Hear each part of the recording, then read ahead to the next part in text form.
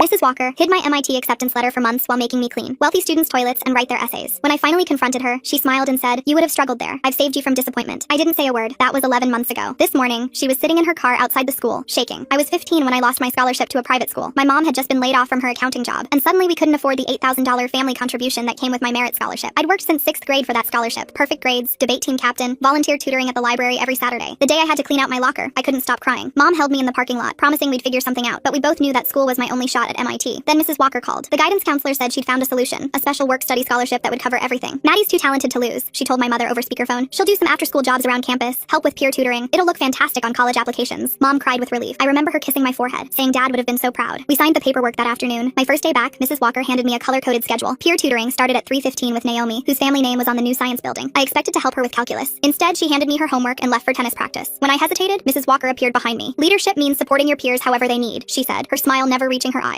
By week 2, I was doing homework for 8 different students. The campus assistance was worse. Every evening after tutoring, I reported to different dorm rooms. Officially, I was helping with organization and time management. Actually, I was scrubbing toilets, folding designer clothes, and organizing closets full of shoes worth more than our rent. The wealthy students started calling me Maddie the maid when teachers weren't around. Some were crueler, leaving messes on purpose, timing how fast I could clean. I smiled through it all because Mrs. Walker reminded me daily that ungrateful scholarship students could be replaced. My old friends stopped inviting me places. How could I explain why I smelled like bleach after school, or why I was always carrying shopping bags for other students? They saw me delivering Naomi's presentation in AP history, one I'd written at 2 a.m. after cleaning her bathroom, and assumed I was her friend now. When Naomi got into Yale early admission, everyone congratulated her on the brilliant essay about overcoming adversity. I'd written every word while she got spray tanned for homecoming. Mom never questioned why I came home exhausted, or why I stopped talking about debate team. She was working 2 jobs herself, grateful I still attended private school at all. I told her the work-study program was really preparing me for college. At night, I'd stare at my MIT brochures and tell myself this was temporary. Just 2 more years of servitude, then freedom. I still did my own homework after finishing everyone else's, maintaining my 4.0 GPA even if I was too tired to see straight. Everything shattered senior year. I'd been checking the mail obsessively for months, knowing MIT decisions would arrive in March, but May came with nothing. When I asked Mrs. Walker about my applications, she said she'd check with the college counselor. Then she smiled that cold smile and told me about an incredible opportunity. The Prescott family wanted me as their full-time assistant for senior year. "Live in position, Maddie. You'll learn so much about running a household." I refused. For the first time in 2 years, I said no. I needed to focus on my actual future, not theirs. Mrs. Walker's face went rigid. She pulled out my work-study contract and pointed to section 47B. "Student agrees to accept any assignment deemed educational by program coordinator." Refusing meant immediate expulsion, plus my mother would be sued for $120,000, the cost of my education since freshman year. "The Prescotts expect you Monday," she said. "Pack light. They'll provide uniforms." That night, I ran to the college counseling office. I knew where they kept the application records. My hands shook as I searched through the files, and then I found it. A letter for me dated from March. "Congratulations. You have been accepted to MIT with a full merit scholarship." Mrs. Walker had hidden it. I confronted her the next morning, shaking with rage. She didn't even pretend to be sorry. "You would have struggled there," she said calmly. "I've saved you from disappointment." When I threatened to expose everything, the illegal labor, the academic fraud, she opened her laptop. There I was in dozens of photos and videos, carrying Naomi's shopping bags, typing her essays, accepting cash from students. "Who do you think they'll believe orchestrated this scheme?" she asked. "The respected guidance counselor or the desperate scholarship student?" I stared at the laptop screen showing me carrying Naomi's shopping bags, while Mrs. Walker calmly sipped tea. The timestamp showed yesterday afternoon, right after I'd confronted her about the MIT letter. She'd been recording everything, preparing for this moment. My hands trembled as I scrolled through more photos. There I was, cleaning Naomi's dorm room. Another showed me typing on her laptop. A third captured me accepting an envelope of cash from another student. Each image looked damning without context. Mrs. Walker suggested I take the weekend to reconsider my options. Her voice stayed perfectly calm, like we were discussing course selections instead of my entire future. She closed the laptop and stood, smoothing her skirt. The meeting was over. I stumbled to the parking lot, my legs barely working. Inside my car, I gripped the steering wheel until my knuckles went white. Then I called her, my voice shaking with rage. I demanded to know how many other students she'd done this to. The silence on the other end spoke volumes. I could hear her breathing, calculating her response. Finally, she simply ended the call without answering.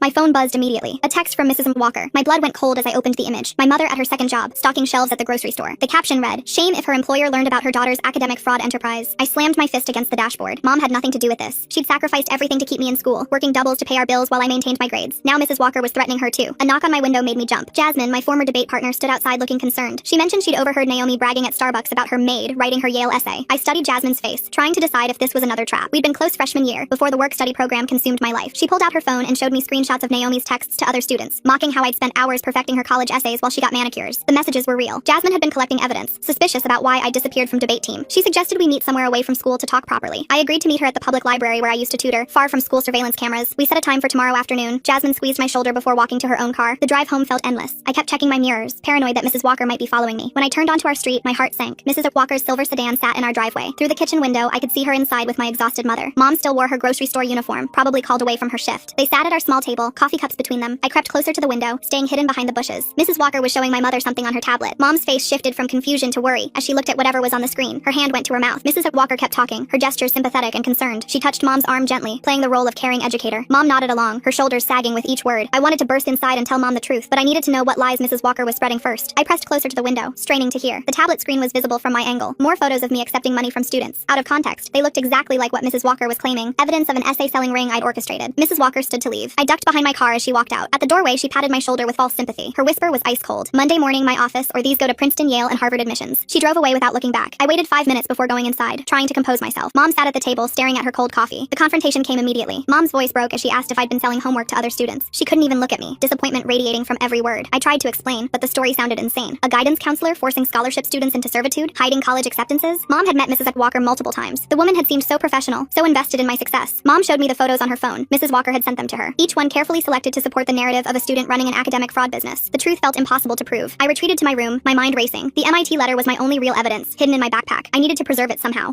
I pulled out my phone to photograph it, then froze. Our phones connected automatically to the school's network whenever we were on campus. I'd agreed to it freshman year, standard policy for all students. If I'd taken photos at school, the IT department could access them through the cloud sync. My phone buzzed. A text from Naomi asking me to polish up her Princeton supplemental essay by tomorrow. She remained oblivious to everything happening, focused only on her college applications. I ignored her message and carefully photographed the MIT letter using my mother's old digital camera instead. No cloud storage, no network access. The memory card went into a hidden pocket in my wallet. That night, I lay awake planning. Mrs. Walker had made her first real mistake, threatening my mother. She'd revealed how desperate she was to keep me under control, but she'd also shown she'd destroy anyone to protect her scheme. Mom knocked on my door around midnight. She sat on my bed, taking my hand. She apologized for doubting me earlier. Something about Mrs. Walker's visit hadn't felt right. The counselor had been too eager to share those photos, too prepared with accusations. We talked until dawn. I told her everything. The real work-study program, the hidden acceptance letter, the years of exploitation. Mom cried when she learned what I'd endured to stay in school. She blamed herself for not seeing it sooner. By morning, we had a plan. I would meet with Jasmine as scheduled, gather whatever information she had. Mom would research Mrs. Walker's background, looking for patterns. We'd document everything before Monday's meeting. Mom insisted I still apologize to Mrs. Walker and accept the Prescott position. Not because she believed I should, but because we needed time. Open defiance would trigger immediate retaliation. We had to appear compliant while building our case. Saturday afternoon, I met Jasmine at the library. She'd brought printouts of text messages, emails, and social media posts. The evidence painted a clear picture. Wealthy students bragging about their tutors doing their work. I love how she pats the daughter's shoulder on the way out with that whisper. Nothing says I'm totally normal, like threatening teenagers in their own driveway. Jasmine mentioned her cousin graduated 3 years ago. She'd been valedictorian, full scholarship student like me. After junior year, she'd become withdrawn and strange. She never talked about school anymore, despite getting into Columbia. The pattern was becoming clear. Mrs. Walker's work-study students always disappeared after senior year. They never attended their dream schools, never pursued their planned careers. They just vanished from academic life. We spent hours creating a timeline. Jasmine had been tracking inconsistencies since sophomore year, suspicious about how certain students suddenly improved in subjects they'd previously failed. Her research revealed at least 4 scholarship students who'd followed my path. I left the library with Jasmine's research burning in my backpack. The janitor, Mr. Rodriguez, was emptying trash cans near the exit. He glanced at me, then slipped a folded piece of paper into my hand as I passed. His eyes darted around nervously before he pushed his cart away. In my car, I unfolded the note. An address in neat handwriting, followed by Georgia Wells, valedictorian 2021. She'll understand. The address led to a small apartment complex across town. I knocked on Unit 3B, my heart pounding. A young woman answered, dark circles under her eyes. She started to close the door when I mentioned Mrs. Walker's name, but something in my expression made her pause. Georgia invited me inside reluctantly. Her apartment was sparse, nothing like what a Columbia graduate's home should look like. She worked nights at a distribution center, she explained, avoiding my eyes. I showed her the MIT letter. Her hands shook as she held it. She disappeared into her bedroom and returned with her own acceptance letter. Columbia, full scholarship, dated 3 years ago. She'd never enrolled. Georgia's story mirrored mine exactly. The work-study program, the wealthy students, the cleaning and essay writing. Mrs. Walker had hidden her acceptance too, claiming she'd protect Georgia from inevitable failure. The Prescott family had wanted her as live-in help. She mentioned another girl, Lisa Kim, who'd gone through the same thing. They'd connected through a mutual friend who noticed their similar experiences. Lisa worked warehouse shifts now, despite her Columbia acceptance. I asked Georgia why she never fought back. She pulled out her phone and showed me old emails. Mrs. Walker had discovered her parents' visa had expired years ago. One call to immigration would have destroyed her family. The threats went deeper than academic fraud. Mrs. Walker found each student's vulnerability and exploited it. For me, it was mom's financial stability. For Georgia, her parents' immigration status. The counselor was methodical in her cruelty. Georgia gave me Lisa's number. She warned me that Mrs. Walker had connections throughout the school system. Teachers, administrators, even some board members benefited from the arrangement. Their own children got into prestigious schools with mysteriously improved applications. Sunday morning, mom woke me early. She'd spent the night researching. Mrs. Walker had arrived at our school 8 years ago, right when the first suspicious patterns began. Before that, she'd worked at another private school that closed amid financial irregularities. Mom had also called her friend who worked in the school's finance office years ago. She remembered Mrs. Walker receiving large consulting fees from certain families, always the ones whose children showed sudden academic improvement. I texted Naomi about her Princeton essay, playing along while documenting everything. She sent me her draft, poorly written, unfocused. I saved it alongside the polished version I'd write later, evidence of the real dynamic. Mrs. Walker texted me that afternoon. She'd scheduled meetings with all my teachers for Monday morning, expressing concern about my mental health and recommending reduced responsibilities. The debate coach had already removed me as captain. I recognized the pattern from Georgia's story. First came isolation from activities and leadership roles, then reputation destruction. Finally, complete control through blackmail and manufactured evidence. Lisa agreed to meet me that evening. She brought copies of her original essays versus what was submitted to colleges. The difference was stark. Her authentic writing versus the polished pieces Mrs. Walker had forced her to create for wealthy students, then submitted under their names. Together we identified 7 victims over 8 years. All scholarship students, all with hidden acceptances to top schools, all now working minimum wage jobs or serving wealthy families. The scope of Mrs. Walker's operation was staggering. Monday arrived too quickly. I dressed carefully, hiding my phone in my backpack to record. Mom hugged me tightly before I left, reminding me to appear cooperative while gathering evidence. Mrs. Walker's office felt suffocating. She'd arranged the photos on her desk like playing cards, each one positioned to maximize my humiliation. She explained how she'd already drafted emails to college admissions offices, ready to send with one click. I apologized, playing the part of the defeated student. I agreed to accept the Prescott position, even thanking her for the opportunity. Her smile widened, believing she'd won. She handed me a contract, not just for senior year, but for 10 years of service to the Prescott family. The terms were brutal. 6 a.m. to 11 p.m. availability. No days off. Minimal pay. Modern slavery disguised as employment. I signed it, knowing we needed more time to build our case. Mrs. Walker filed it away, satisfied. She reminded me that any deviation would result in immediate consequences for both me and Mom. The Prescott family called that afternoon, eager to discuss my upcoming duties. Mrs. Prescott's voice dripped with false sweetness as she outlined my responsibilities: cooking, cleaning, childcare, and educational support for their 3 children. That evening, I met with Georgia and Lisa again. We created an encrypted group chat, slowly adding other victims we'd identified. Each had similar stories, similar threats holding them captive. Amy Martinez joined our group. Class of 2019, she revealed Mrs. Walker had been running this scheme since at least 2017 when she arrived at our school. Amy now worked as a night cleaner, her dreams of becoming a doctor destroyed. We discovered Mrs. Walker's system. She identified brilliant scholarship students, isolated them through the work-study program, used them to boost wealthy students' academics, then disposed of them after graduation. The wealthy families paid handsomely for their children's success. Jasmine created anonymous social media accounts to start documenting our stories. She was careful to protect our identities while highlighting the pattern of exploitation. The hashtag #work-study scandal began trending locally. Wednesday brought a breakthrough. While tutoring Naomi, I noticed her mother's laptop open on the kitchen counter. The QuickBooks screen showed payments to Mrs. Walker, $50,000 per year for educational consulting. The dates matched when students were placed in service. I photographed the screen discreetly. Only 12 wealthy families used Mrs. Walker's services, all major donors to the school. The financial web was becoming clear. Mrs. Walker grew nervous as social media attention increased. She scheduled more frequent check-ins, demanding to know if I'd been talking to anyone. I assured her of my cooperation while secretly documenting every interaction. 2 teachers approached me quietly after class. They'd suspected something for years, noticing how certain students' work improved dramatically without corresponding understanding. They offered to speak off-record about their observations. The janitor network proved invaluable. Mr. Rodriguez and his colleagues had witnessed years of crying scholarship students, late-night cleaning sessions, and suspicious meetings. They'd kept logs, noting patterns others missed. Thursday, a local journalist received an anonymous tip about the scandal. Jasmine had crafted it carefully, providing just enough information to spark interest without exposing individual victims. Mrs. Walker cornered me between library stacks that afternoon. She hissed demands about Naomi's English paper while trying to appear casual to passing students. A freshman filmed the interaction from behind nearby shelves, capturing her threatening demeanor. I refused to write Naomi's final paper, offering instead to actually teach her. Mrs. Walker's face contorted with rage, but she couldn't escalate without drawing attention. The balance of power was shifting. That night, Mom attended a parent conference with Mrs. Walker. The counselor's printer jammed during their meeting. As Mom helped clear it, she glimpsed draft letters of recommendation with suspiciously specific acceptance predictions written months before applications were due. Friday brought the Prescott deadline. The family arrived at our home, expecting my grateful acceptance of their generous offer. Instead, I played them a recording of Mrs. Walker admitting she'd hidden my MIT acceptance. The Prescott's faces went pale as they realized their daughter's achievements were purchased, not earned. They left quickly, distancing themselves from Mrs. Walker's scheme. More families began questioning their children's sudden academic struggles without their tutors. The carefully constructed system was crumbling. Mrs. Walker's threats escalated. She prepared official documentation recommending my transfer for mental health reasons, paperwork that would follow any college applications. But the school registrar, suspicious of the sudden recommendation, called Mom to confirm. The exposure of this threat proved pivotal. The registrar had noticed patterns. Brilliant scholarship students suddenly developing mental health issues requiring transfers. She agreed to delay processing any paperwork. Saturday, 3 former teachers agreed to speak with the journalist about suspicious patterns they'd observed. One had kept detailed notes about scholarship students who vanished after showing extraordinary promise. The school board member's daughter made a confession. Her Stanford essay had been written by last year's scholarship student. The admission came after her parents noticed she couldn't explain basic concepts from her supposed work. Local news ran their first story about concerns at the elite private school. Though names weren't mentioned, Mrs. Walker's photo was visible in background footage. The pressure was mounting. Our victim support group grew to 7 members. We met at a community center, sharing evidence and strategies. Each story revealed new depths to Mrs. Walker's exploitation. Mrs. Walker made her biggest mistake that weekend. She sent emails to all victims, threatening to destroy our futures if anyone spoke publicly. But we were already destroyed. Working minimum wage, dreams stolen, futures derailed. We had nothing left to lose. The wealthy families began pressuring the school board to bury the investigation. They feared for their children's college admissions if the fraud was exposed. But their panic only confirmed the scheme's existence. I presented our timeline to the school board in a closed session. The correlation between Mrs. Walker's arrival, suspicious academic improvements, and missing scholarship students was undeniable. The financial records Naomi's mother had inadvertently revealed showed the monetary scope. The board voted to investigate Mrs. Walker's work-study program. However, several members worried about scandal damaging the school's reputation. They preferred a quiet resolution. Mrs. Walker played her final card. She threatened to expose every wealthy family's child as a fraud, mutual destruction that would devastate the school's reputation, and dozens of students' futures. The board hesitated, fearing the fallout. 2 victims from our group backed out of testifying, terrified of retaliation. The alliance we'd built began fracturing under institutional pressure. I faced a choice: proceed alone or protect the others. Mom supported whatever decision I made. Together, we weighed the costs of going public versus accepting defeat. The other victims deserve justice, but they also deserve protection from further harm. I chose to go public, contacting the investigative journalist directly. The story needed to be told, even if I stood alone. The exploitation had to end. The story broke Sunday night. College Dreams for Sale exposed the 8-year scheme, focusing on systematic exploitation rather than individual students. I'd asked the journalist to protect innocent victims while exposing the system. Mrs. Walker arrived at our home Monday morning for an emergency meeting. Unknown to her, the reporter waited 1 street over, listening via phone as I'd arranged. I presented 8 years of evidence while Mrs. Walker claimed she'd helped ungrateful children. Her facade crumbled as she realized her leverage was gone. Without student victims to blame, her house of cards collapsed. The Prescott family preemptively admitted to purchasing essays, protecting Naomi from exposure while distancing themselves from Mrs. Walker. Other families followed suit, choosing confession over continued complicity. By Tuesday, the school board announced Mrs. Walker's immediate retirement and cancellation of the work-study program. The janitor network ensured she cleared out her office without taking any student files. A scholarship fund was established for affected students, funded by the guilty families. It couldn't restore our lost opportunities, but it offered some measure of justice. campus. Georgia, Lisa, Amy, and the others began rebuilding their lives. We met monthly for dinner, supporting each other as we pursued new dreams. Our MIT, Columbia, and Stanford acceptances were gone, but our futures weren't. I enrolled at the State University, pursuing engineering without debt. The dreams were smaller but freer. Mom framed both acceptance letters, the stolen one and the earned one, as reminders that no institution owns your future. Mrs. Walker's teaching certification came under review. Her LinkedIn showed seeking opportunities for months, then years. The woman who'd controlled so many futures found herself with none. The private school instituted transparent scholarship programs under federal oversight. The new policies protected vulnerable students from exploitation. Real change came slowly, but it came. Naomi sent an apology letter from Yale, admitting she'd known but was too comfortable to care. Her honesty surprised me. Perhaps facing the truth about her achievements had sparked genuine growth. I returned to tutoring at the public library, watching for vulnerable students. When I spotted talented kids from struggling families, I shared our story as a warning. Knowledge became protection. The investigation revealed Mrs. Walker had collected over $400,000 from wealthy families over 8 years. Tax implications surfaced, adding financial crimes to her exploitation. Justice came through unexpected channels. Some nights I wondered what MIT would have been like, but surrounded by fellow survivors at our monthly dinners, I realized we'd built something Mrs. Walker never expected, a community of resilience.